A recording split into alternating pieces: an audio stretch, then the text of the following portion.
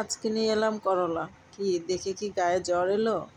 গায়ে জ্বর এলেও রান্না করার পরে খাওয়ার জন্য জিভে জল আসবে, একদম 100% শিওর। আজকে রান্না করব মাছ দিয়ে করলা।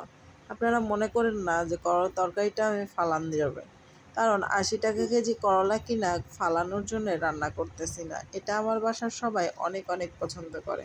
আর এই গরমকালে প্রতি সপ্তাহে অন্তত 1-2 দিন আমি করলা রান্না করি। তো এখানে পেঁয়াজ, আদা, রসুন বাটা, হলুদ, লবণ, মরিচের গুঁড়া সব কিছু দিয়ে একটা মশলা কষিয়ে নিলাম। আর দিয়ে দিব কেটে ধুয়ে পরিষ্কার করে রাখা আলু আর করলা। এগুলো খুব ভালোভাবে কষিয়ে নিব। আর কষিয়ে নিয়ে মাছ আর পানি দিয়ে অল্প অল্প ঝোল রেখে রান্না করে নিলে অনেক মজাদার হবে। আমি আর বলবো না, কী জন্যে বলবো, আপনারা একটু খাইয়েই দেখেন না কেমন হয়েছে। আর পাশের বাসার ভাবি আমারে দিয়ে গেছে কাঁঠাল, আর কাঁঠাল পেয়ে তো আমি মহা খুশি। আমার মতো কে কে কাঁঠাল লাভার আছেন অবশ্যই কমেন্ট করে যাবেন। আল্লাহ হাফেজ।